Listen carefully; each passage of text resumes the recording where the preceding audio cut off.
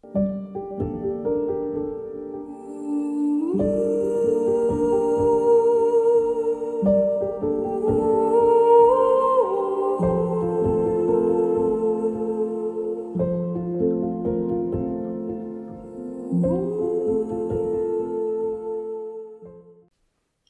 36. A Window of Good and Evil. Dinner that night was enjoyed outside the Caring Center on the stone patio. Lily, Santa, and Lima brought extra food and stayed to enjoy it with those in the mansion. Lima had kindly pushed up a carry cart of fruit scraps and leftover bread to the girls' yard, knowing that Amy would be delighted to feed it to the animals. Everyone had a blanket around their shoulders as the breeze whipped their hair around. Kenzie had been visiting the farmers, and he returned with a wide cream-colored scarf in his hands. "Look at this, everyone," he said proudly. "Venitha has made this from the sheep wool. She has been making all kinds of beautiful things. Feel how warm this is." Taking it around to everyone, they all tried it on with pleasure. "Venitha is so clever," the curly-haired nurse exclaimed. "She's even going to try coloring some of the wool with raspberry juice." "I'll trade for one," Amy smiled, wrapping herself in the cozy scarf. The large blankets they had been using were rather cumbersome. "Me too," Santa piped up. "I'd like a colored one." Kenzie was pleased. When he sat down to eat his meal, Santa and Lima told him of things that had been happening in the gardens. They were picking apples every day. A bat had landed in Santa's hair one night, and Lima demonstrated her wild reaction, which everyone thought was funny. "Did you hear about Damien and Georgia?" Lily asked. "Hush," Ponzi said quietly, his eyes darting over to Zahir. "Not now." Before anyone could ask questions, he begged Lily to tell them about the new construction in the Fun Forest. The bows and arrows were of great interest. Some felt they were dangerous. Others thought it sounded fun. As they discussed the daily happenings, Santa told them she was keeping an eye on the mango tree and hoping the fruit would be ready in a week. She was also elated that rainbows could be seen down in the gardens late in the afternoon. While Uncle Louis rocked comfortably back and forth on the bench swing, the others laughed and joked about the stone table. Once she had finished eating, Amy got up to feed the animals. Zahir joined her. The squirrels and birds were already helping themselves to the scraps in the cart. The dark-haired man with one bright blue eye tried to whistle to the squirrels. Due to the tightness on the right side of his face, it took several attempts before he managed to make the familiar noise. However, it had been a long time since the squirrels had heard the sound. They perked up and chattered at him, but they didn't come running. The deer, eager for treats, saw the apple cores and waltzed over. Gradually the sun fell below the horizon and twilight set in. Ponzi asked if he could go back to his home for the night, and Uncle Louis agreed that he was well enough. So he and Lily meandered off happily, hand in hand, to the stairs. Santa and Lima took the path to the beach. Once the cart of scraps was empty, Zahir walked over to sit down again with Uncle Louis on the bench swing. The dark-haired patient didn't seem to feel the same urgency to return to his house. Panting hard, Vahid came running from the clearing in distress. "Kenzie," he wheezed, "can you come to the farm for a bit and help us out?" Looking up from the stone table where he had been sitting, Kenzie said, "Sure, what's the matter?" "It's Venitha," his friend blurted out. She found out." With an anxious glance in Zahir's direction, he ran over and whispered something in Kenzie's ear. A pained look came over Kenzie's face.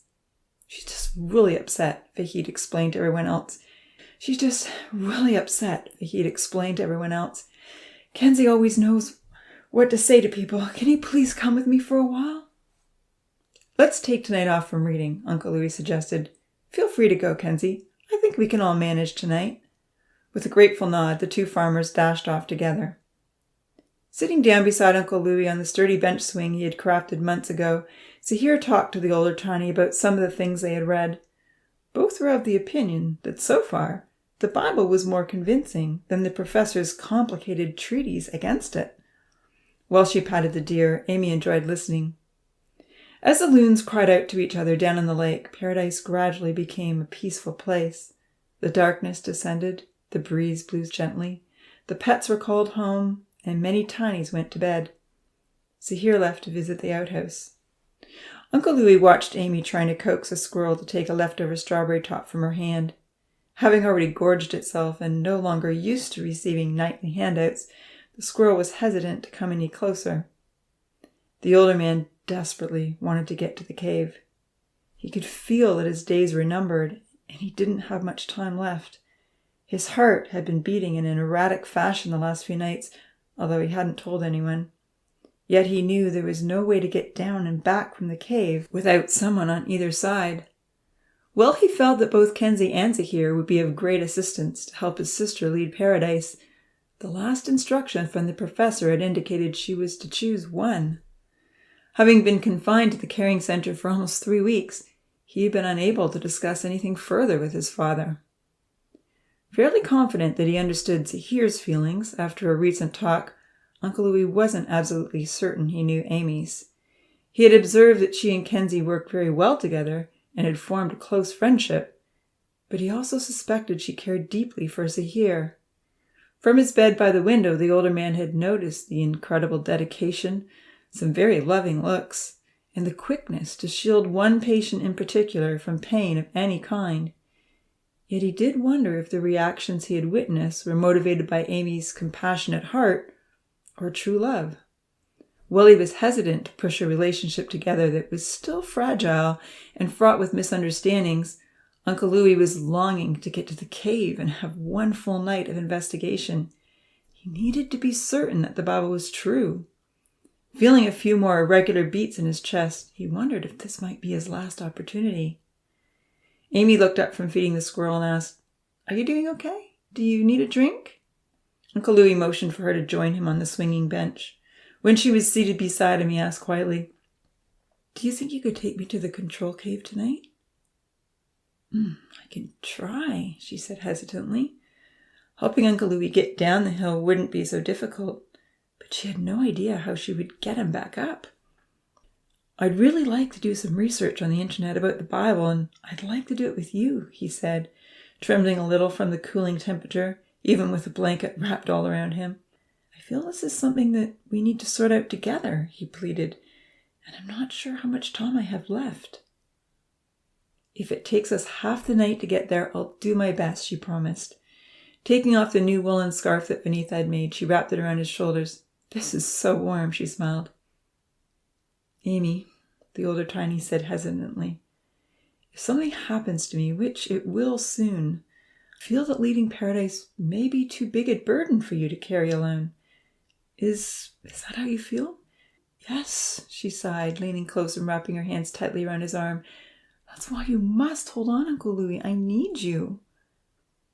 "If you could choose another tiny to share this responsibility with," he said thoughtfully, "someone to help you make the important decisions, who would you choose?" Amy sighed and looked away, but she didn't hesitate long. "Zahir," she admitted. A huge smile spread across Uncle Louis's face. "I thought as much," he replied, "but I didn't want to presume. Do you feel you can work with Zahir and that he will help you to make good decisions?"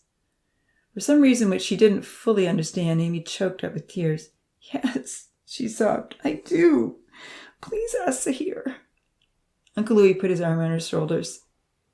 "I thought you'd choose Zahir," he assured her, "although Kenzie might be a very close second." They shared a smile.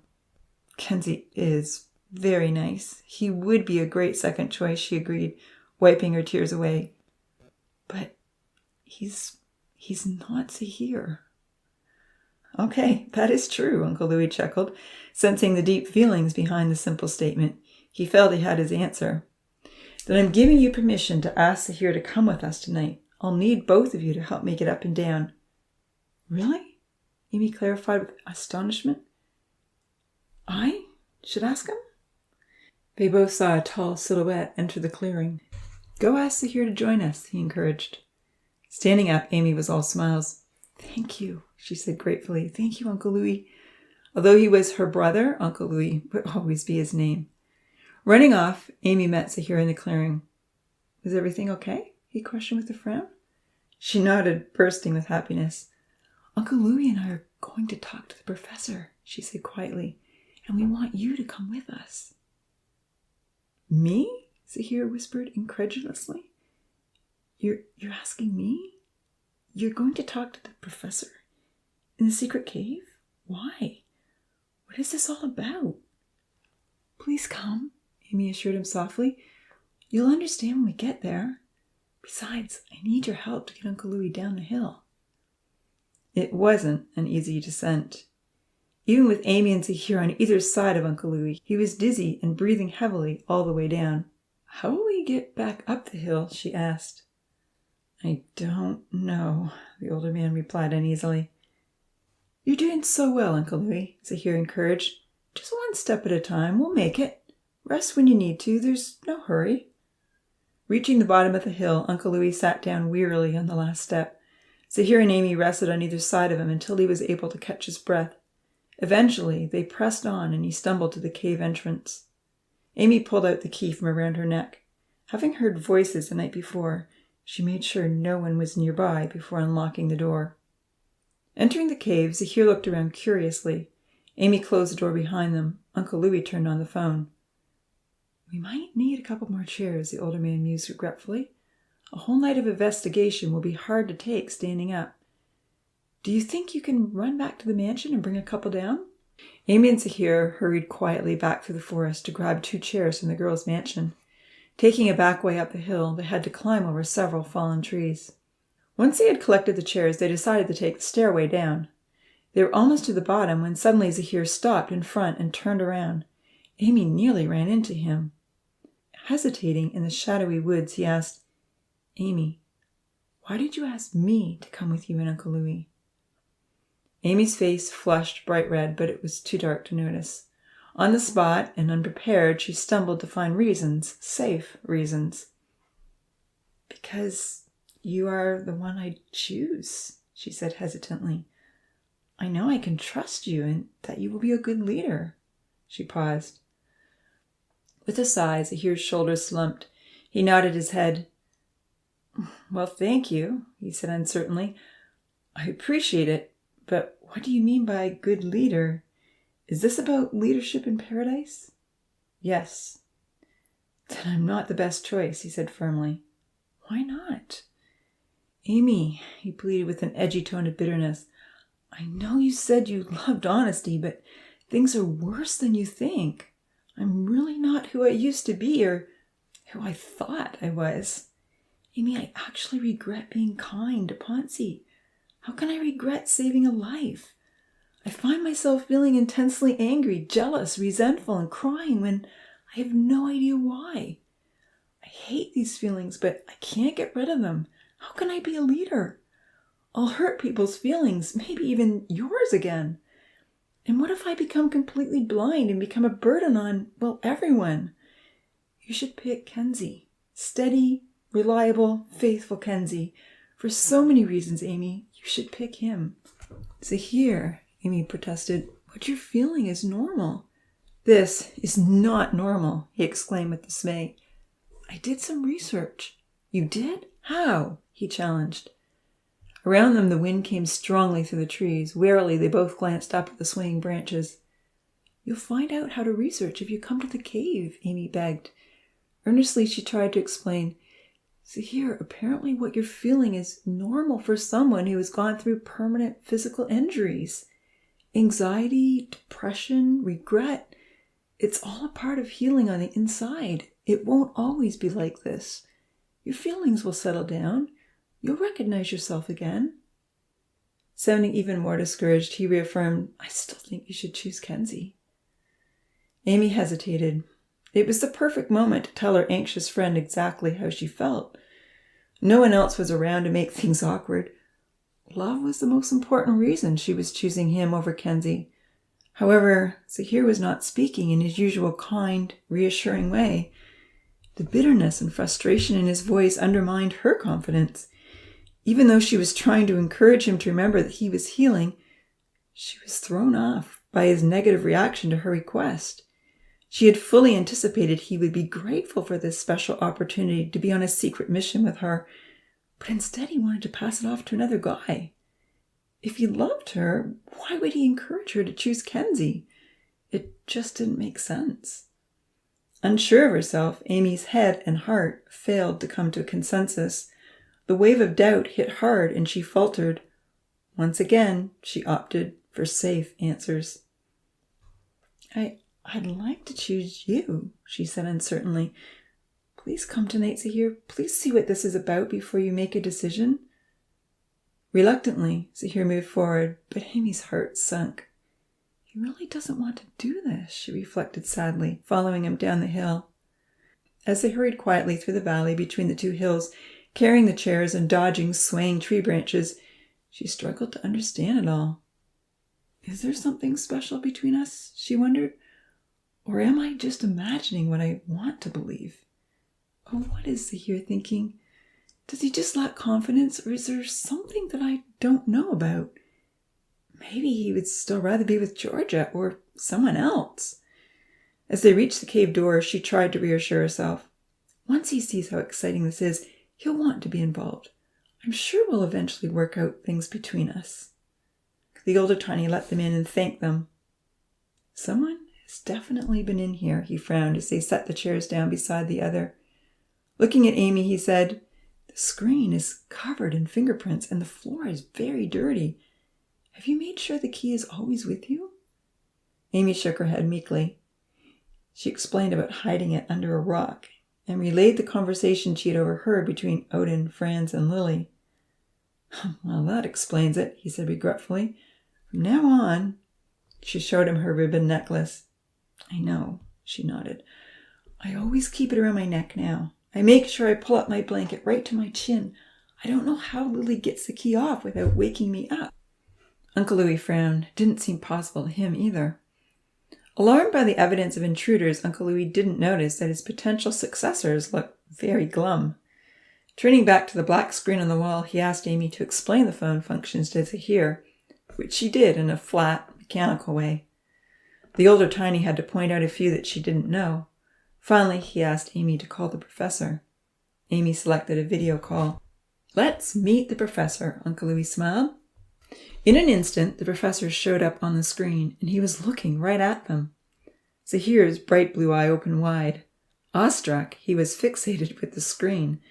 It wasn't a still picture. The professor was moving around and looking at them as though he were right with them in the cave. And even though he was the mastermind of paradise, there on the rectangular screen he didn't appear much bigger than a regular Tiny. Hello, Jack said cheerfully. Louis, I'm so glad to see you again. You look really good. And you've got a crew with you tonight, he observed with a pleased expression. Uncle Louis nodded. Amy and I made a decision to include Zahir, he told him proudly, knowing how much this would mean to his father. I would never have made it to the cave tonight without their help, one on each side. And Amy would like to have a trustworthy friend involved in this process. It's a very big responsibility. Zahir looked over at Amy with a tinge of alarm, but she didn't meet his gaze. Instead, she was questioning if she had made the right decision. She knew Kenzie would have been fully supportive. Maybe this shouldn't be about who I love the most, she pondered. Maybe I should have chosen the one I work best with. I'm so pleased to see you all, the professor rejoiced, with a nod of approval in Uncle Louis's direction. Looking at Zahir directly, the professor said, You are a courageous young man, Zahir. I'm very pleased that you saved Ponce's life when others would have let him die. And you've healed well. Your scar looks terrific. Still not his usual self, Zahir was completely overwhelmed. Everything was so astonishing to him that he hardly knew what to say. Nodding, he flushed dark red and managed a polite thank you. Unconsciously, his hand reached up to touch his facial wound. Turning his attention to Amy, the professor smiled. Amy, you've excelled at nursing. You've saved lives as well. Amy's response was much the same. Those who show they can serve well are given even bigger opportunities, he smiled. Looking kindly at the oldest Tiny, the professor said, Uncle Louis has been a wonderful leader of paradise. I'm sure you will both agree. Amy and Zahir nodded enthusiastically. Amy put her arm around Uncle Louis's shoulders and smiled up at him. With a deep sigh, the professor added, You know that Uncle Louis is not in good health. Sadly, his time with you is limited. Burying her face in Uncle Louis's shoulder, Amy did not want to talk about it. It's okay, Amy, Uncle Louis said softly, putting his arm around her and pulling her close. We all know this is the case. We must think about the future. Wiping his eyes, the professor continued sadly. For things to function in paradise, there must always be someone who can communicate with me, he explained kindly. Sometimes there are emergencies, and someone needs to message me right away. Sometimes you need special supplies or just some advice. The younger tinies nodded thoughtfully. So this is how you always just know things, Zahir remarked, looking over at Uncle Louie. With a smile, he said, It is. I'm choosing Amy to communicate with me, the professor stated, looking at her directly, and I'm very happy for Zahir to be included as well. I can see that the two of you will make a good team. You've both shown an interest in serving others and caring for their needs. You've both appreciated Uncle Louie's fine example, and I have no doubt you will follow his methods. Being leaders of paradise means putting others' needs above your own. You need to think about what is best for paradise, even if it may not always be what is best for you personally. Serve to lead. Lead by serving. It was a high calling, and at that moment, both team members felt rather uncertain about their future together. Unaware of their inner doubts, Uncle Louie spoke up. Perhaps you could give them the same message you gave me, he said. Maybe you could tell them about the internet. Yes, the professor agreed, looking at the younger tinies. This black box on the wall, he began, is a very powerful tool. You can ask this phone any question you like, and it will give you many detailed answers. However, not all the answers are true, and some are completely false. You need to be very discerning in your investigations. Research carefully, compare answers, and talk things over between yourselves. You will discover many helpful, eye-opening materials. You will learn more than you ever thought possible. You will be able to experience my world, to see it, and to view it in action. But always keep in mind that the internet is to be used as a tool to help and benefit others in paradise. Never use it to harm yourselves or anyone else. With a quick glance, Amy looked over at Zahir. She couldn't wait to see his reaction to all the things she had seen on the phone. It was truly a direct window to the professor's world. How can it harm someone? Zahir asked cautiously. The professor acknowledged his question. Well, what you see may cause you to become discontent with paradise. There is a lot of poisonous material on the internet. This poison can make all other enjoyable aspects of life seem dull and boring. It's a poison that lures you to keep coming back for more, even though you know it is making you feel terrible about yourself and sapping you of the ability to enjoy life's simple pleasures. The younger tinies shared a brief, anxious glance. Nodding at their wary response, the professor had a little more to say. If you come across images or videos that make you feel uncomfortable, shocked, or ashamed, or frightened, he told them, have the wisdom and self-control to turn it off. If you know you wouldn't look at something if Uncle Louie was sitting there beside you, it is likely poisonous material. Don't look at things like that. Make a decision to always, always avoid this dark, intoxicating venom. It's been put online to lure you in and destroy your spirit. Don't give it power over your mind. Frowning, Zahir spoke up. Please explain poison and venom, he requested. I've never heard of those before. With a chuckle, the professor nodded kindly. Of course you haven't, he smiled. In my world, poison is something that is used to make others very sick or even kill them. You remember the spider that entered paradise by mistake, he asked. Amy and Zahir both nodded their heads. The copper-haired girl was thinking about the serpent in the Garden of Eden. His lie was like poison, she thought. Well, the professor told them, venom is the poison that a spider might inject to kill its victim. A spider or a snake, Uncle Louie interjected. Could that spider have killed Rosa and Lily? Amy exclaimed. Yes. Scary stuff, Zahir replied, a little dazed by all he was learning.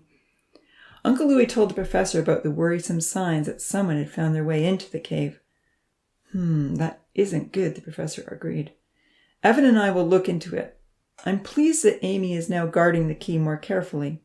Looking at her, he said, If you want, you could give it to Zahir for safekeeping. Passing it behind Uncle Louie's back, Amy gratefully handed the key over to Zahir. Really? He questioned uncertainly. Please, she begged. A dark look passed across his face as he reluctantly took the key from her hand. Amy didn't understand why he was so unhappy. She was very disappointed by his reactions to the special mission. Have I made a mistake? She asked herself again. Was I only thinking about my own feelings and not what is best for everyone? Then Zahir asked the professor a question. Is it possible for Amy and me to invite others to join us in this cave? Who do you want to invite? The professor asked curiously. Definitely Kenzie, Zahir stated. He should be here with us tonight. He might wonder where we are. He will be upset tomorrow to hear that he missed out on this. And I don't want to tell him any lies. Uncle Louis and the professor exchanged glances. They hadn't expected such a request. Both missed Amy's elated look of surprise. But the one who made the suggestion did not. I will trust you and Amy to make those decisions, the professor decided hesitantly. As I've warned you, this phone can be used for good or for evil. It was important for all of you to grow up and enjoy living life without this device. However, now you are adults, and the internet is a valuable tool for problem solving and educational purposes. It's also a vital way to stay connected with me. If you and Amy can find a way to share the phone and keep everyone safe, then by all means you can do so. Just keep in mind that I don't want anyone to become addicted to the harmful material that is easily accessed or use the phone to discover how to endanger others. Uncle Louis, Zahir, and Amy all looked at each other. We can share it? Amy echoed happily. Yes, he smiled. As long as you think carefully about how best to keep everyone safe. I realize that trying to keep all these secrets has become cumbersome. I don't want you to feel you have to lie or be dishonest. We must think of a better way moving forward. Once again, Zahir had an idea. I think it's time for all of us to meet you, Professor, he begged.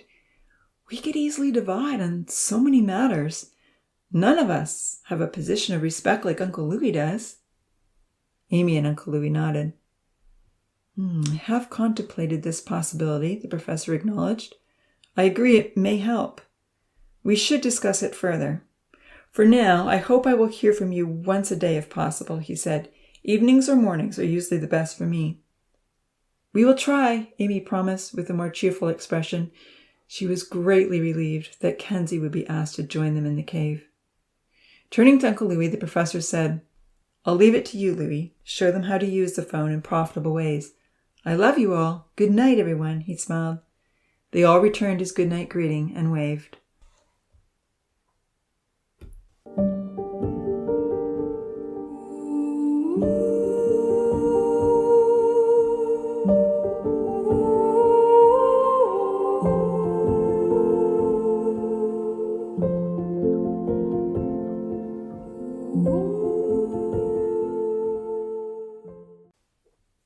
Chapter 37. The Investigation. I need to know if the Bible is true, Uncle Louis told the two tinies on either side of him. If you aren't too tired, let's investigate tonight. Let's sort this out. I'm fine, Zahir replied. I'm not tired. Same with me, Amy agreed. Earnestly, Zahir requested, Please could I run and get Kenzie? I know he would want to be in on this. Since the professor had changed the rule, Uncle Louis readily granted Zahir permission. While they waited for him to return, Uncle Louis showed Amy the Bible app that he had installed on the phone. He demonstrated how to look up passages, search for words or topics of interest, and find detailed meanings of words. I'd love to have this up in the crisis room, Amy exclaimed. It would make it much easier to answer our questions. It would, he agreed hesitantly. But a smartphone in the mansion would create many other problems. Finally, Zahir came back without Kenzie. I couldn't find him, he mumbled, slumping into his chair. I didn't want to wake anyone up. We'll have to tell him about it tomorrow. You'll have plenty of opportunities to share this with him in the future, Uncle Louis assured him. Eager to show them some of the discoveries he had made before the fire, he smiled. Let me take you on an amazing tour. We've heard a lot about the land of Israel while we've been reading the Bible. Let's go there. What? Zahir remarked in surprise. Really? In an instant, Uncle Louis had clicked on Google Earth and typed in Israel. The leaders in training were astonished as they saw the revolving planet glowing bright blue and green against the deep black atmosphere. Quickly, they zoomed closer and closer to the Earth until they reached a brown coastline along the edge of an ocean. "Wow," Zahir exclaimed, fully impressed. "The Earth is enormous." For half an hour, Uncle Louis took them to various places they had read about, showing cities on hills, ruins in plains, old mosaic tiles by the seashore, and archaeological digs. "So the Bible talks about real places on Earth," Zahir expressed eagerly. "And we can see them. They really exist." "And these locations are described accurately in God's book," Uncle Louis nodded. "If the Bible were a fictional account, that may or may not be the case." "How will you investigate if the Bible is really true?" Amy pondered. "Well, this is one way," Uncle Louis assured her. "We can research the details that the Bible records and see if they are correct, like the geographical features. But here's another way, the way I've been hoping to explore for a while." Typing into the Google search box bar, Uncle Louis wrote, "Is the Bible true?" So many hits came up on the screen. Some were articles in full support of the Bible, and some were aggressively against. "There is so much to read," Zahir marveled as Uncle Louis scrolled down the list. "There is," Uncle Louis nodded. "And I'd like to get through as much as I can tonight. I hope you both can do this with me. I feel we should decide together if there is enough evidence to prove the Bible is a precious message that can educate us and make paradise a better place, or if it is part of the destructive influence that we need to avoid." Some muffled noises suddenly caught their attention. Amy thought she heard someone say something about a light. Zahir thought he heard Odin. "Who is there?" Uncle Louis called out loudly. A great deal of scuffling was heard, but no one answered. The noises faded away. Uncle Louis sent a message to the professor, telling him that they had heard noises outside the cave around midnight. Amy and Zahir were keen to delve into the investigation. The first article Uncle Louis wanted to read claimed there were more than 1,000 contradictions in the Bible. "This is one of the professor's foremost arguments against the Bible," he relayed. "I have to read this through." Remembering that this issue had come up in one of their earliest discussions about the Bible, Amy and Zahir were curious. As they skimmed through the article, which listed the top 100 contradictions in the Bible, they found the differences to be mostly small spelling mistakes, numbers that weren't the same in both accounts, and details that had been recorded in one place and not another. Apparently, not all scribes had hand-copied the manuscripts with 100% accuracy. However, the majority of differences, called variants, between the accounts were mostly tiny, insignificant errors that did not affect any important Bible teaching. Looking at articles in support of the Bible's accuracy, Amy read from an article entitled, "Isn't the Bible Full of Contradictions?" She read, "It is important to stress that the degree to which these manuscripts agree far outweighs the degree to which they disagree, and none of the discrepancies concern major theological issues. Nevertheless, both the Old and New Testaments have a range of variant readings scattered throughout. One reason for this is that the scribes made errors as they copied the manuscripts across the centuries. The contradiction regarding Jehoiachin's age is probably this type of error." Later, another article caught their eye under "How Accurate is the Bible?" which said, "Because of the great reverence the Jewish scribes held toward the scriptures, they exercised extreme care in making new copies of the Hebrew Bible. The entire scribal process was specified in meticulous detail to minimize the possibility of even the slightest error. The number of letters, words, and lines were counted, and the middle letters of the Pentateuch and the Old Testament were determined. If a single mistake was discovered, the entire manuscript would be destroyed. As a result of this extreme care, the quality of the manuscripts of the Hebrew Bible surpasses all other ancient manuscripts. The 1947 discovery of the Dead Sea Scrolls provided a significant check on this, because these Hebrew scrolls predate the earliest Masoretic Old Testament manuscripts by about 1,000 years. But in spite of this time span, the number of variant readings between the Dead Sea Scrolls and the Masoretic text is quite small, and most of these are variations in spelling and style. One article went on to describe several insertions found in later New Testament manuscripts, but not in the earliest records. Again, most of these weren't longer than one verse, but two were significant sections. It was possible, they read, that the account of the woman caught in adultery in John chapter 7 had been inserted at a later point in time, as well as verses 9 to 20 in the last chapter of Mark's Gospel. However, these later insertions did not impact any essential gospel teaching and weren't vital to establish any doctrinal truth. Among the four gospel accounts, there were also some small variations. For instance, Mark recorded one angel was at Jesus' tomb, while Luke recorded two. But Mark didn't say there was only one. He simply referred to only one. Other so-called contradictions were also of little significance, and as one article stated, when verifying authentic eyewitness accounts, it is realistic for there to be small discrepancies, depending on what details the eyewitness felt were significant. But none of the variations directly contradicted one another in any essential matter. As they scanned various articles, they discovered that each gospel writer shared a unique perspective on Jesus, which meant that different details of his life were important to include in one book, but not in others. For example, Matthew set out to prove Jesus was the Messiah and referred to scores of Old Testament prophecies that he had fulfilled. Mark wrote about his experiences as a suffering servant. Luke was writing to a Gentile audience and was concerned with chronology, listing many specific historical details. John's Gospel was reported to be the most theological, using very spiritual language to describe the Son of God. All four had different themes and audiences to address. One article stated that if everything matched up perfectly, it could indicate collaboration with the intention to deceive, rather than an honest recounting of the event from unique perspectives. Uncle Louis summed up the supportive articles saying, "We may not have the original manuscripts, but it seems to me that for so many thousands of copies, to be essentially the same message in all languages and parts of the world, this is powerful evidence that the Bible was copied accurately. We can read it with the assurance that we have God's essential message." "Well, that answers one question in my journal," Amy smiled.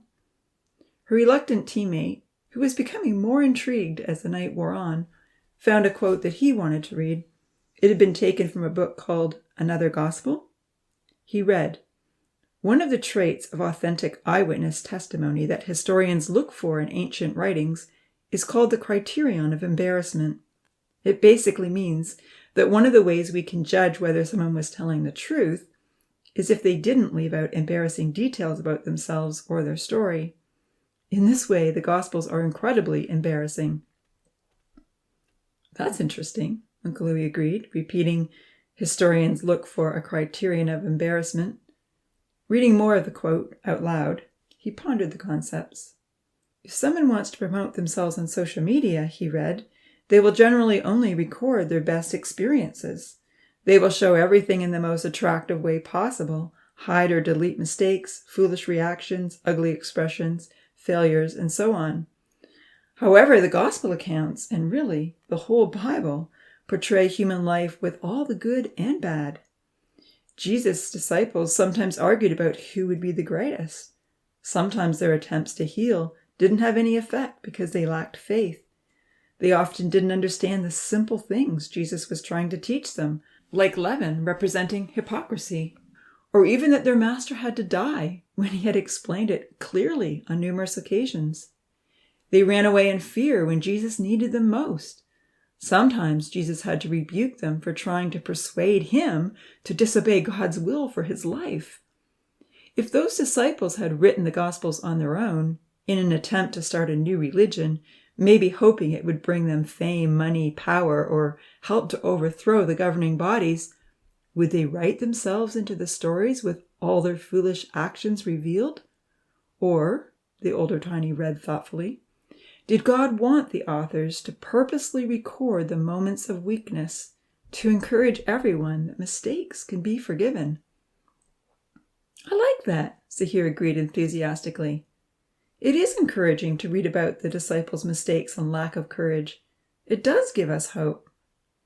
Nodding, Uncle Louis added, I'm thankful God has shown us the good and the bad. It helps us to remember that our Father in heaven doesn't expect us to be perfect, just humble enough to admit our mistakes and try better the next time. With a sigh of relief, Uncle Louis settled back happily. These questions had been bothering him since the first day he had heard that there were thousands of contradictions. Well, I don't see anything that directly contradicts the essential message, he remarked confidently. Nothing is substantially inconsistent from one book to the next. There are just many insignificant differences among the thousands of manuscripts due to spelling mistakes, missed details, and a few insertions made at a later date. I think that is quite acceptable for a book that is so old. Amy recalled another point she had read. Or there are some things that look like disagreements, but when we examine them carefully, we find the variations enhance our understanding of the account. Zahir was eagerly scrolling through more articles and found one claiming that highly advanced medical instructions to ward off contagious disease were recorded in the earliest books of the Bible, thousands of years before modern science had discovered them. Under the heading, The Public Health Value of the Law of Moses, the article claimed that the medical requirements in Leviticus, Numbers, and Deuteronomy were in keeping with the latest understandings of medical science, known to be most important in stopping the spread of infection among groups of people and avoiding the entry of contaminants into the human body. The law of Moses directed the use of running water for cleansing hands, bodies, clothes, and bedding, isolation to prevent disease from spreading, advised against using any standing water into which a dead organism had fallen, thus appreciating the spread of bacteria. There were warnings concerning the danger and growth of mold, and many regulations against eating unclean animals prone to parasites and contamination. All these excellent health rules had been written down nearly 4,000 years ago in the Bible, long before humans had discovered organisms that were invisible to the human eye, such as germs, spores, and viruses. Even though modern science had only fully adopted and understood these safe measures in the last few centuries, they had been recommended in the Bible for millennia. So, if these laws had been followed, Zahir marveled, reading further, it would have saved many people from dying of cholera, dysentery, fever, and other highly contagious diseases, whatever they are. Curiously, they investigated some of the diseases mentioned in the article and hoped that paradise was never infected with any of them. Amy was impressed that the Bible's health instructions still held true thousands of years later, even with all the advancements in scientific knowledge. Uncle Louis found another article that listed all the foolish notions that people had believed over the years, which they thought were helpful ways to cure various illnesses. Lobotomy, bloodletting, electric coils, and radioactive water were some of the medical suggestions now referred to as quackery. Drilling holes in people's skulls to let out evil demons sounded terrible to Amy.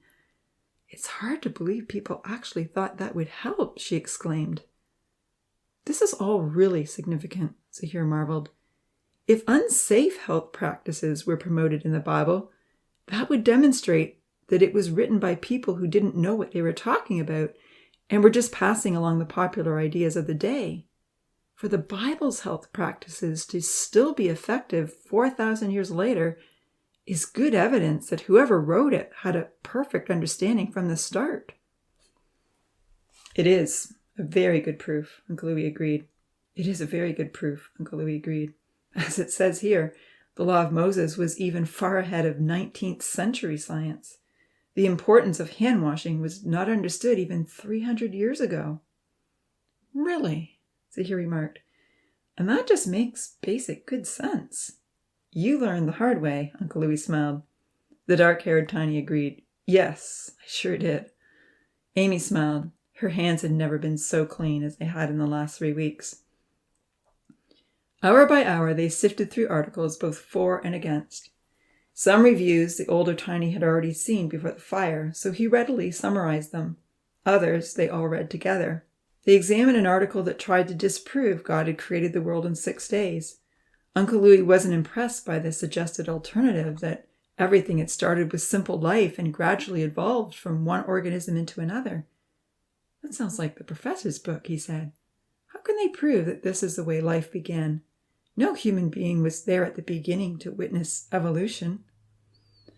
Another article clarified the matter, saying, if God didn't create the universe, then who or what did? Likely, any evolutionary answer to that question will involve a force that is uncreated, self-existent, and capable of creating. Atheists believe that the material world always existed. Creationists believe that God always existed. The atheist view on the origin of life is no more probable or scientific than the creationists. To believe that the material world always existed is an unprovable assumption based on faith. Looking at a review of a movie called Dismantled, Uncle Louie read, avoid speculation on anything that can't be experimentally verified. Evolution is a historical theory about the beginning of life. It is not a scientific theory because it cannot be verified through experiment. There's so much to discover, Zahir blurted out somewhat anxiously. We could spend weeks down here. We could, Uncle Louie agreed. But we don't want to be consumed by all that is available. We just need enough information to answer the questions we have at the moment. This can be overwhelming. They skimmed through articles on the consistency of the Bible message, which relayed that many different authors had received God's words and carefully recorded them over a period of about 2,000 years. The message, the theme, the symbols, the hope, and the lessons were reported to be consistent from beginning to end. Such consistency would be very difficult, if not impossible, for so many human beings to keep right over such a long period of time. So, the Bible is a collection of many different books written by many different people, Amy considered. Yes, replied Uncle Louie. Reflecting on the articles, he said, I agree that a consistent message across so many centuries is solid proof that God is really the author, and the people who were involved only recorded what God told them to write. How else could they all be in agreement with one another? Zahir noticed a quote from the Bible, which said, For the prophecy came not in old time by the will of man, but holy men of God spake as they were moved by the Holy Spirit. And then they found an article on the way in which Bible prophecy proved divine inspiration. As the hours flew by, the excited tinies examined Old Testament prophecies concerning Tyre, Egypt, and Babylon, each time taking a fascinating tour with Google Earth to see where each place was and how it looked in the 21st century. Babylon was stark. In Jeremiah 51, God had said it would never be rebuilt. They looked at the ruins of the great city, broken down and sticking up out of the mounds of sand. Apparently, it had once been one of the most beautiful places on earth. Googling Babylon, they visited the Pergamum Museum in Berlin and were awestruck by the fascinating blue brick walls with lion decorations. They read about a man called Saddam Hussein who wanted to rebuild the city and started the process, but lost his life before getting far along in his renovations. Babylon was still a city of ruins, just as the Bible had predicted. It was Uncle Louie who found information on Bible prophecies concerning Israel, which he had heard Evan mention while he lay in the emergency bed. Outside the cave, dawn was breaking as they read about Ezekiel's prophecy of Israel's demise and regathering. They also read that because the Jewish people had refused to follow God's laws, they had been scattered throughout the world, and their capital city, Jerusalem, had been downtrodden by other nations until the regathering in the 1900s. This is all recent history, Zahir repeated, fascinated. Yes, the older tiny nodded. The Jewish people have become a nation again in their own land after 2,000 years of suffering, just like God said. Amy was reading on in the article. And look, she said, one of these prophecies speaks of God's Son, Jesus Christ, returning to be the King. Returning to this planet Earth? Zahir asked with astonishment. Will he come back down from heaven? Will we get to meet him? Amy wondered, looking over at Zahir with eager anticipation. It's all a part of these prophecies in Ezekiel and Zechariah, Uncle Louie exclaimed. If so much of it has already come true, then surely the rest will as well. He pondered thoughtfully. I believe the whole Bible either stands or falls together. All the way through, this book claims to be a direct revelation from God, where God spoke and people recorded his message. Typing a few words that he remembered into the search bar of the Bible app, he found 2 Timothy 3, verse 16, and read the passage out loud. All Scripture is breathed out by God and profitable for teaching, for reproof, for correction, and for training in righteousness, that the man of God may be complete, equipped for every good work. Looking at his helpers, he said, either the Bible is what it claims to be, or it is an extremely well-designed fraud. I think we have found very good evidence to believe this book is true, Zahir proclaimed. I don't agree with the professor's objections. I believe it is true as well, Uncle Louis nodded. So, that means that I have to act on it while I still can. What do you mean? Amy asked. What do you need to do? Uncle Louis searched for the word baptized and quickly found Acts 22. They read, And now, why do you wait? Rise and be baptized and wash away your sins, calling on his name. I want to be baptized, he said. God has granted me an extension of life, but I don't know how much longer I have.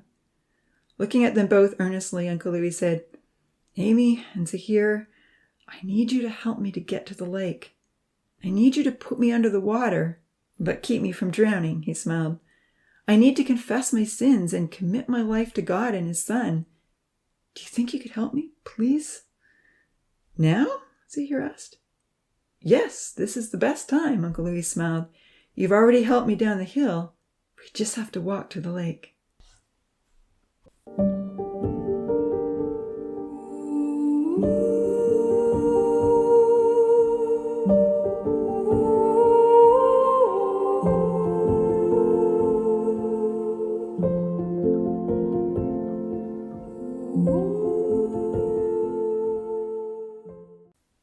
Chapter 38. Into the Lake. It was a long journey in the sunrise to get to the lake. Leaning on their shoulders, Uncle Louis hobbled along slowly with frequent rests. Beautiful golden-edged clouds stretched across the sky. Pale pinks and blues melded into one another behind the crisscrossed expanse. Colorful lorikeets swooped over the sparkling, rippled water, riding breezy currents of air. Loons called out, beating their wings against the surface as they rose up out of the lake. Once the water lapped gently against their feet, Uncle Louis breathed deeply with a peaceful smile. We've made it, he said. Looking up to the sky, he rejoiced, Father, I'm so thankful you've brought me to this. Following his direction, Amy and Zahir waded out with Uncle Louis, deeper and deeper until the water reached past his waist. Then Uncle Louis stopped. Resting his hands on their shoulders, he prayed. My Father in heaven, he said, I am so thankful that you have blessed us here in paradise with your life-changing message and your incredible hope of salvation. I am so thankful that you have extended my life to learn about you and that I am no longer alone in this quest. You have answered my prayers in astonishing ways. I confess that there is so much that I still don't know. I pray you would help Zahir, Amy, and Kenzie to understand your ways and bring everyone in paradise to you. And I beg that you would open the professor's eyes, that he may also find your salvation. Heavenly Father, today I confess all my sinful thoughts and failures to you. I pray for forgiveness for times of impatience with those in my care and for things I viewed online that I completely regret. I know that you see every thought and examine our motivations. I recognize my need for forgiveness through the willing sacrifice of your Son. I believe in your Son, the Lord Jesus Christ. I love your Son, our Lord Jesus Christ. I love the example he left for us to follow. I earnestly look forward to the day when your Son will return and raise the dead to immortality. I want to be there, Father.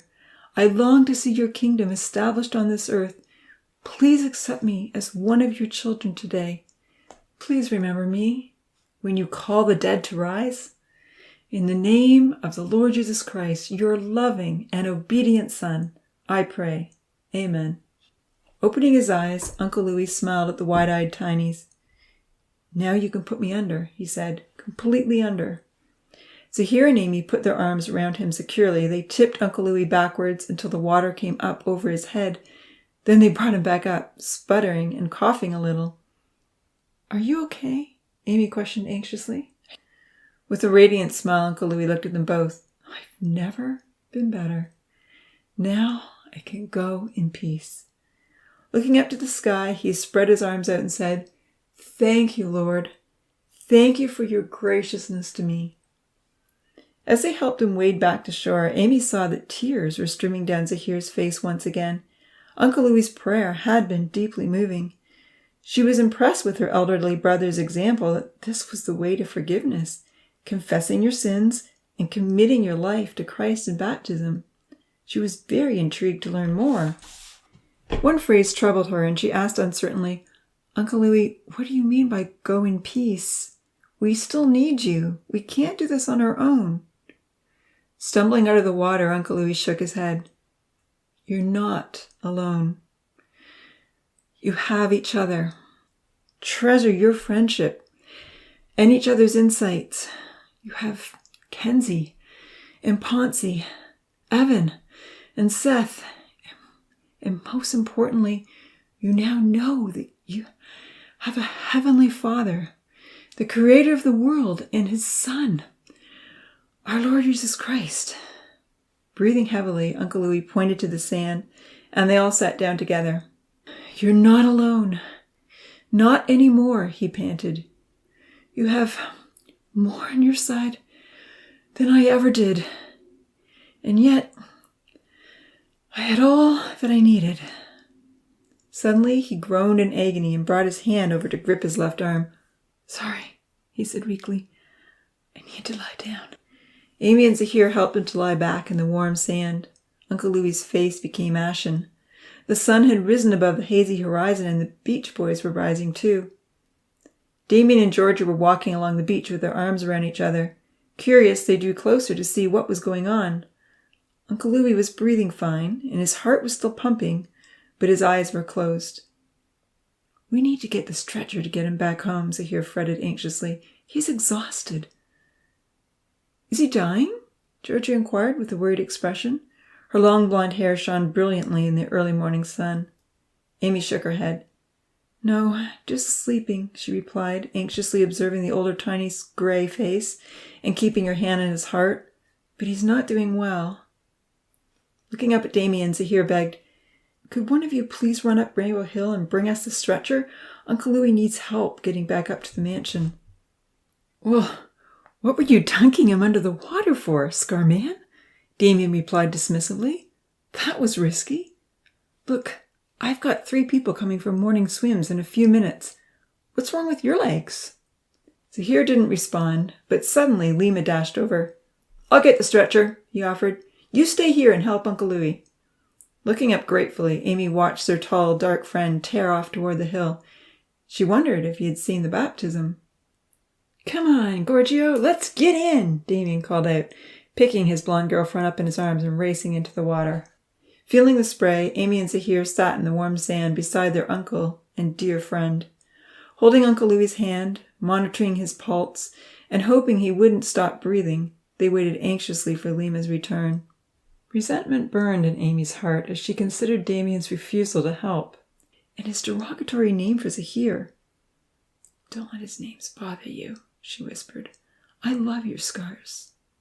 The dark-haired young man on the other side of Uncle Louis didn't look up, but he shook his head dismally. Amidst the laughter as the 2 swimmers frolicked in the lake, Uncle Louis spoke softly. Let me go now, he begged. Don't try to revive me. I have found the greatest treasure. In a few minutes, Lima came running back, carrying the stretcher. Kenzie and Ponzi were close behind. Together they all managed to get Uncle Louis back up the hill and safely into his bed. Half asleep and worn out, Uncle Louis was thankful for soft pillows and a comfortable place to rest. He fell asleep immediately. Zahir flopped into his own bed nearby. Good night, he said wearily. I'm so tired. Ponzi left to get breakfast, but Kenzie was puzzled. Why did you take Uncle Louis down to the lake? He questioned Amy. I came up this morning to an empty room. I didn't know where anyone was. Uncle Louis wanted to be baptized, Amy replied joyfully. Baptized? Kenzie echoed. So he's sure the Bible is true? We spent the whole night researching. Here? No, in the cave, Amy explained. The cave where I go to talk to the professor. Kenzie frowned. I wish I'd been included. Zahir looked up wearily. I tried to find you, he implored. I looked all over. I knew you would want to be in on it. Did you look up on Mining Hill? No, Zahir replied. Why were you up there? That's the farmer's lookout, Kenzie smiled. I was talking to Vinitha. It's probably just as well that you didn't find me. Is she really upset? Zahir questioned. Yes, she is. We talked for hours. Amy saw a blissful glow spread across Kenzie's face. She was pleased to see his happiness. For a moment, no one was sure what to say. Then Zahir promised, We'll take you to the cave, Kenzie. We'll show you everything we learned. He yawned. For now, I'm so tired. The yawn was contagious. Amy couldn't stop herself. Covering her mouth, she took a few steps toward Lily's room. We have so much to tell you, she added. But right now, I need to get some sleep, too. No wonder you're both exhausted, their curly-haired friend smiled. Have a good sleep.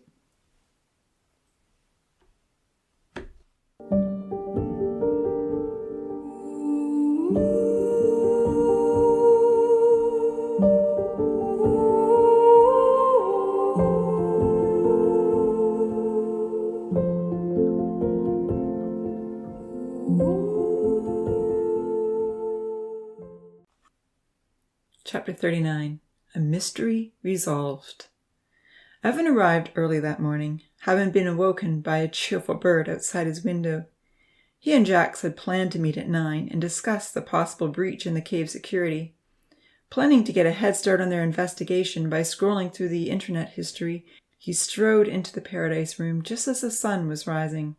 Rays of sunlight were streaming through the greenhouse glass and sparkling across the water. He stopped for a moment to admire the beautiful scene. Movement in the lake caught his eye, and to his great surprise, he saw Amy and Zahir on either side of Uncle Louis as they all waded in. What is happening here? He wondered curiously. He drew closer. Over the speakers came the most heartfelt prayer. It sent a shiver down his spine. Uncle Louis was asking to be part of God's family and submitting to baptism. Evan was enthralled.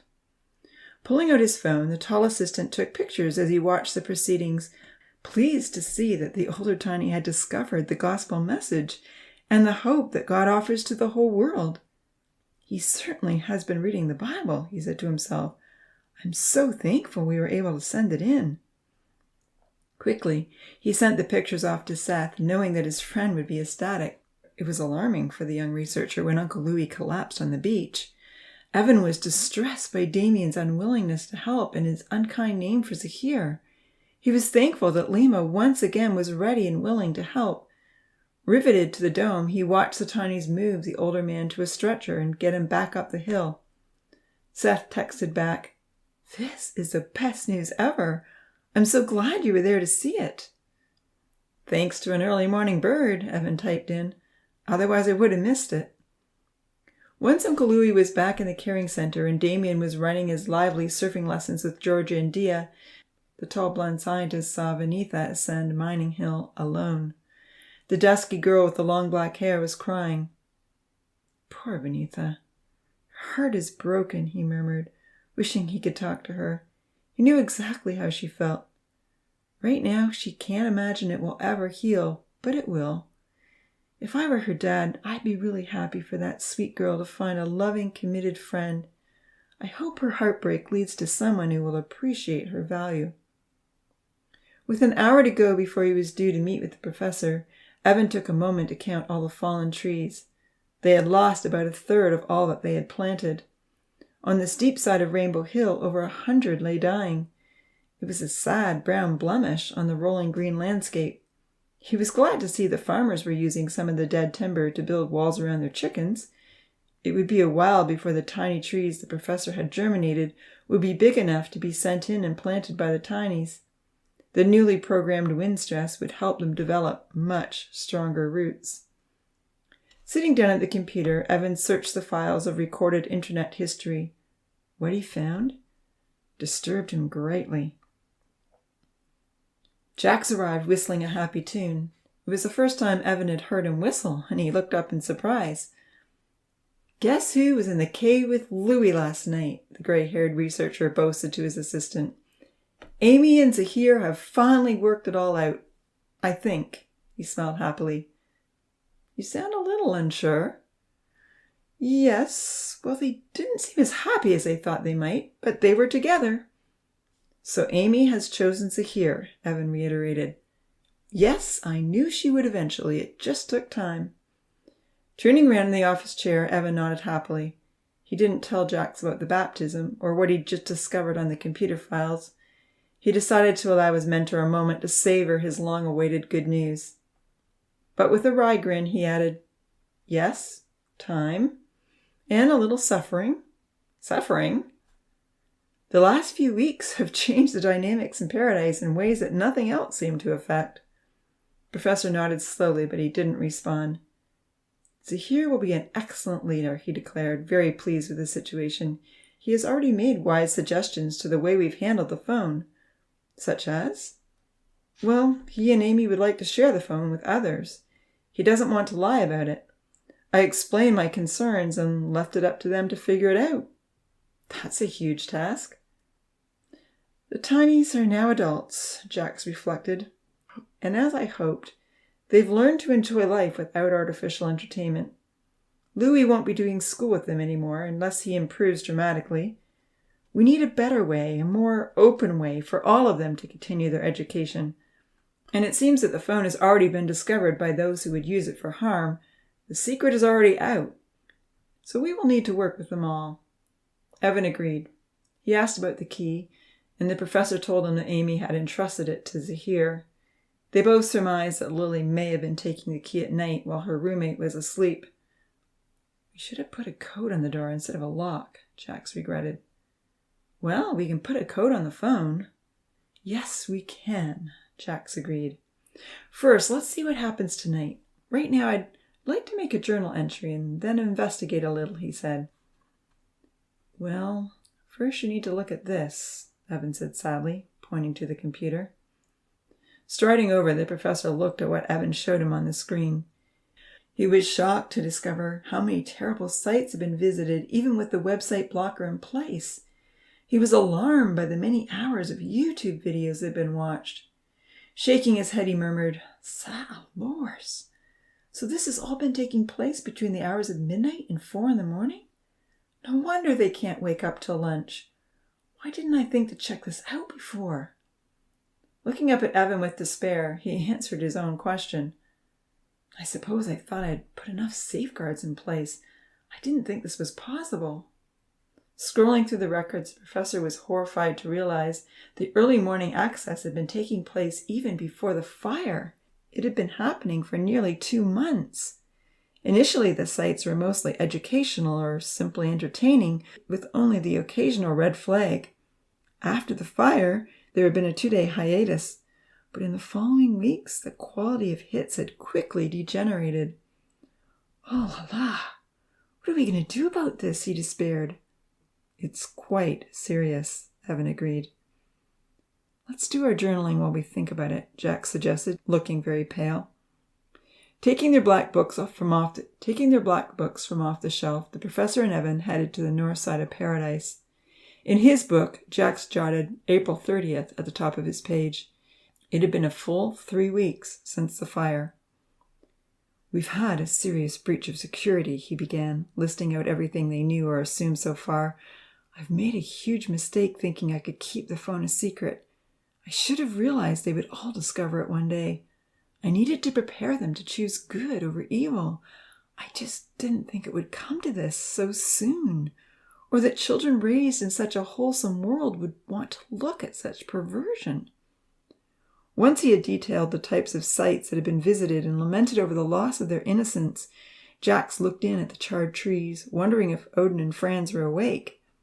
He observed all the changes that had taken place and then wrote, "The forest has been cleaned up and is now being revamped as an adventure park. They call it the Fun Forest. I see rope swings, a target practice, treetop tricks, and a ball launcher which is incredibly well designed. I was quite surprised by the creativity displayed in this forest. But sadly, I now know that these marvelous ideas came from unsupervised use of the internet." Quite behind in his journaling, the professor continued to write.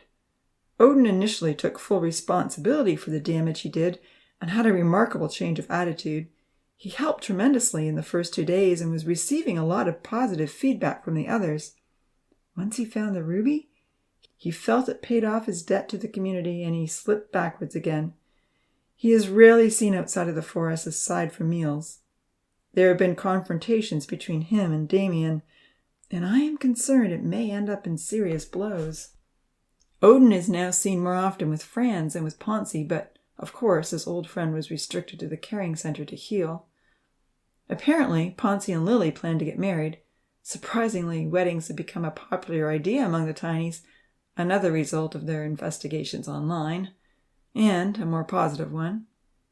Evan stood nearby examining the same area and noted in his book, "Today, on April 30th, Uncle Louis was baptized in the lake. His prayer of confession and commitment was wonderful. Amy and Zahir helped him and witnessed the event. I'm sure it will have a huge impact on them.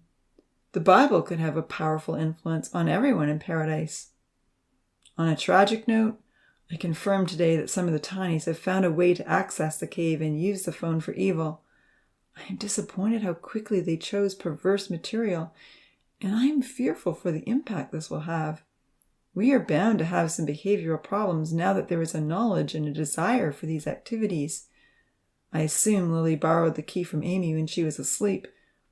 The professor has also given Amy and Zahir permission to share the phone with everyone, so all of this will begin an interesting new phase in our experiment. In the North Forest, actually the Fun Forest now, they are creating an upscale target practice, and Franz has figured out how to make bows and arrows. Very well made bows and arrows. I'm sure I'll find the exact pattern online. We now know why this group often misses breakfast and arrives yawning at lunchtime. They've spent half the night awake. As they both stood nearby on the other side of the glass, the trap door in the ground opened up and Odin stumbled out. Waking up grouchy, Odin began using choice words. Evan and the professor looked at each other sadly. There was no doubt where he had learned the foul language. Glancing back at the piles of dirt and nearby shovels, it suddenly occurred to Evan that Odin was a tunneler. He had built an underground den. Is there any chance they might have dug their way into the cave? He whispered anxiously. That would be a substantial feat. Immediately, the two scientists walked over to Rainbow Hill and examined it carefully. With all the trees lying in messy piles, it was almost impossible to see if there might be a hole in the ground. However, they noticed a faint trail in the grass that led from the North Forest behind Cascading Mountain right to the back of the hill in question. "I'm going to stay up tonight," the professor stated firmly. "I'm going to see what's happening when we aren't watching." Conflicted in his mind, Evan asked tentatively, "Do you mind if I head home? My mom is expecting me to be at a barbecue this afternoon, and we're having steak." "Enjoy your barbecue," the professor laughed. "I'll call you if I need your help." "Thanks," Evan said as he turned to leave. On his way out of the biosphere, he thought to himself, "The internet can be such a great resource for good. It has been the source of our communication, Louis' education, and so many of the most important things that the Tinies have learned. Our first little man may never have found God's book without it. But what is available online can also lead someone into the very depths of evil. It all depends on the choices that are made. Instead of locked doors and secrets, we should have been developing strong consciences."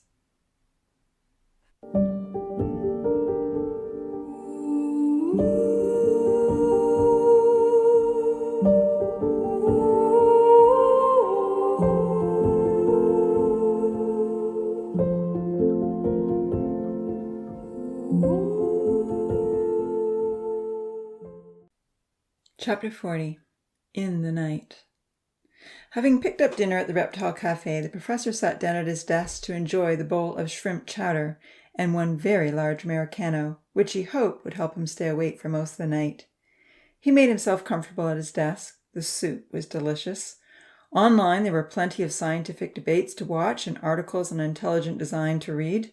Deep into his own investigation, his mind was opening up to new possibilities that he hadn't yet discussed with anyone.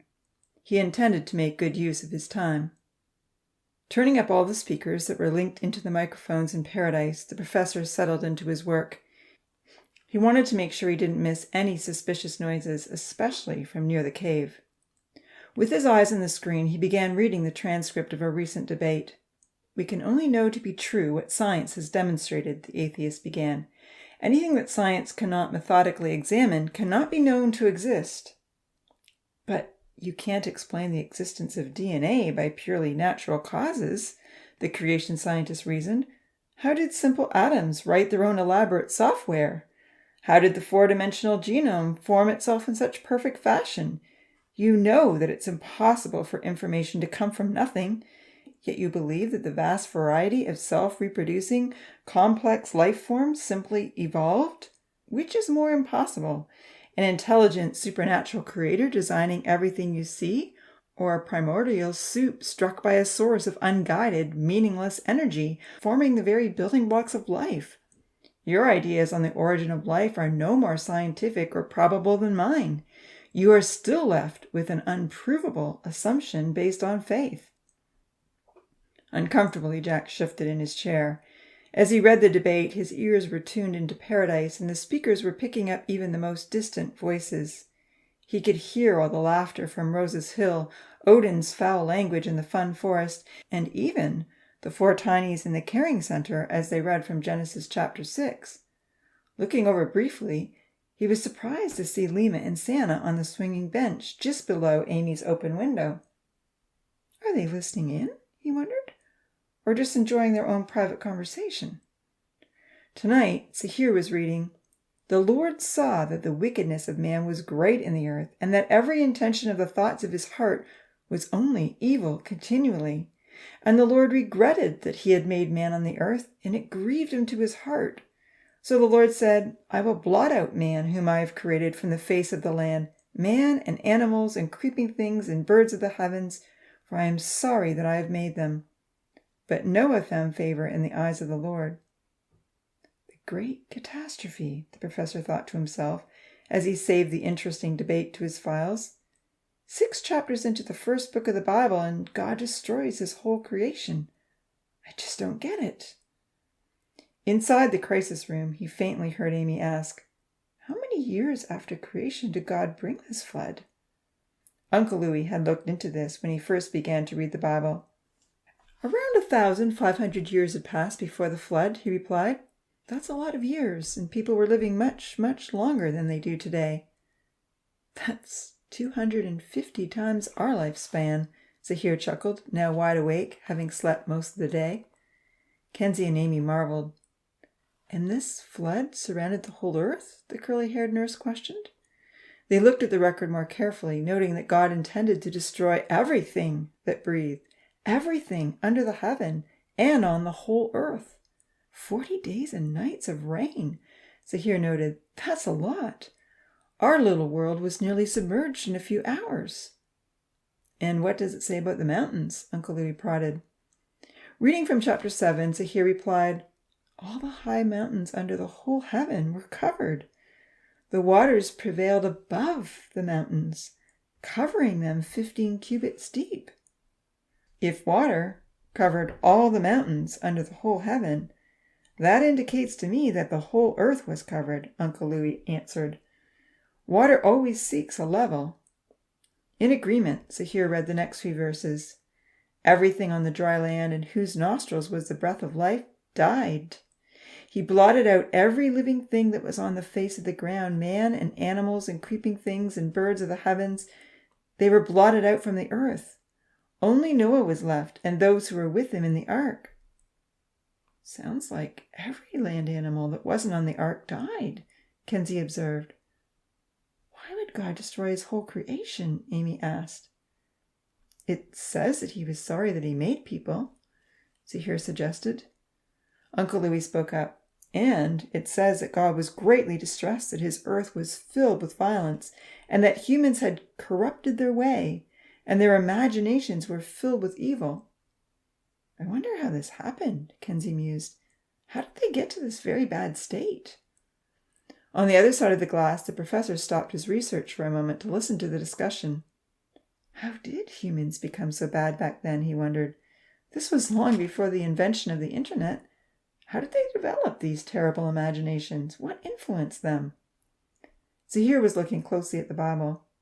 There's another one of those references written in the margin, he said. I'll look it up.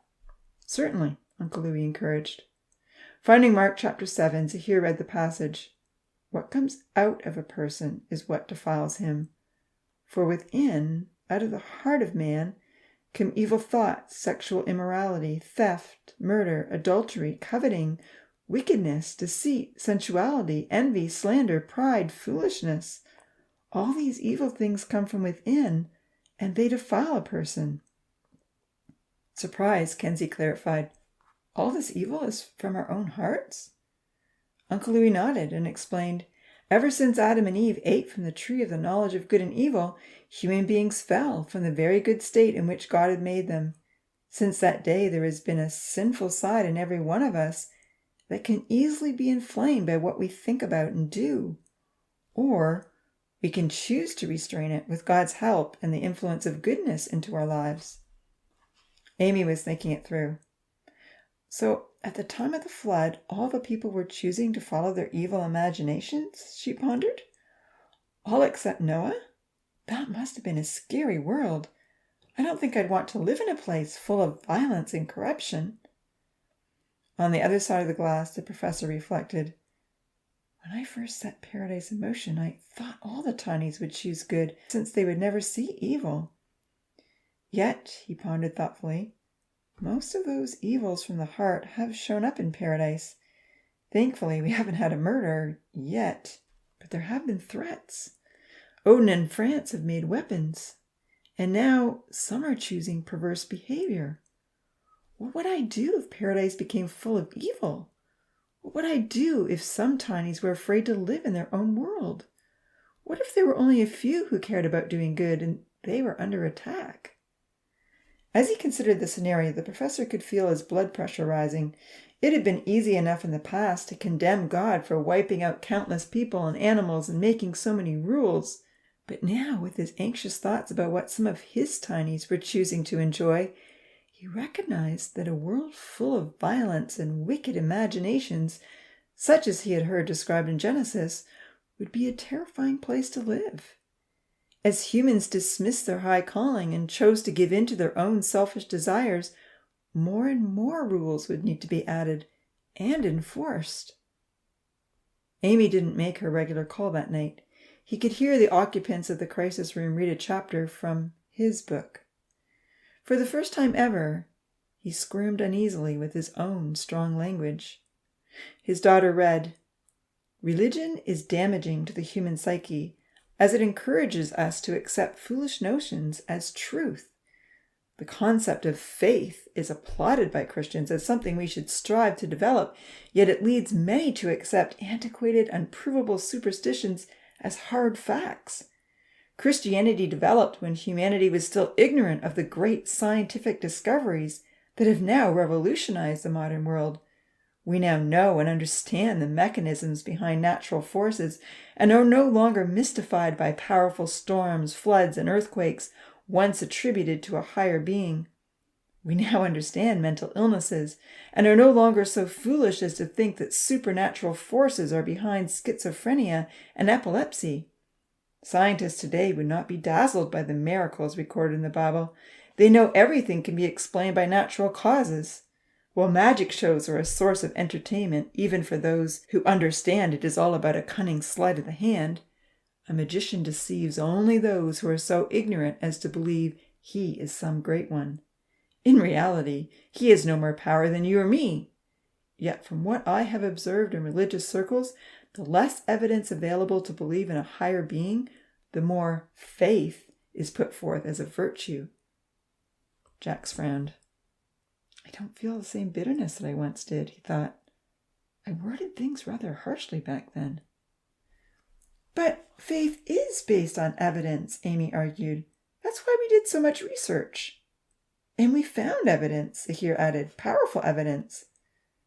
Then hold on to it, Uncle Louis encouraged. And let's pray that the professor goes in search for evidence as well. On the other side of the glass, the professor nodded his head slowly. Well, he is searching, he smiled. So we'll see if this old radical skeptic can reasonably sort through what he finds. As he continued to make his way through various online articles, discarding some and riveted to others, he heard the Tinies react in shock to some of the statements they were reading in his book. Often he agreed with their sentiments, not his own. I might need to write a new book, he smiled sadly. I don't agree with myself anymore. Eventually the Tinies began to tell Kenzie about all they had discovered down in the cave the night before. Occasionally Jax looked up the evidence they were discussing and read the articles through himself. Little by little, his perspective was changing. There was a powerful case on the creation side that he wished he'd examined more thoroughly years ago. When the talking ceased around 11:30, he heard Amy say goodnight to the others as she headed to bed. Approximately half an hour of peaceful quiet settled in across Paradise as the professor continued to research. A few loons called out, a cow mooed. Snores echoed from the farmland. There were a few groans from the mansion. And then the professor heard a soft thump. Walking over to peer into the dome, he could see movement by the caring center. In the glow from the twinkle lights, a petite figure was running off into the forest. Lily was awake. Watching her run down the hill and across the meadow, Jax was fairly sure where she was heading. In a couple minutes she had reached the North Forest, knocked quietly on both Poncy's cabin and Odin's den.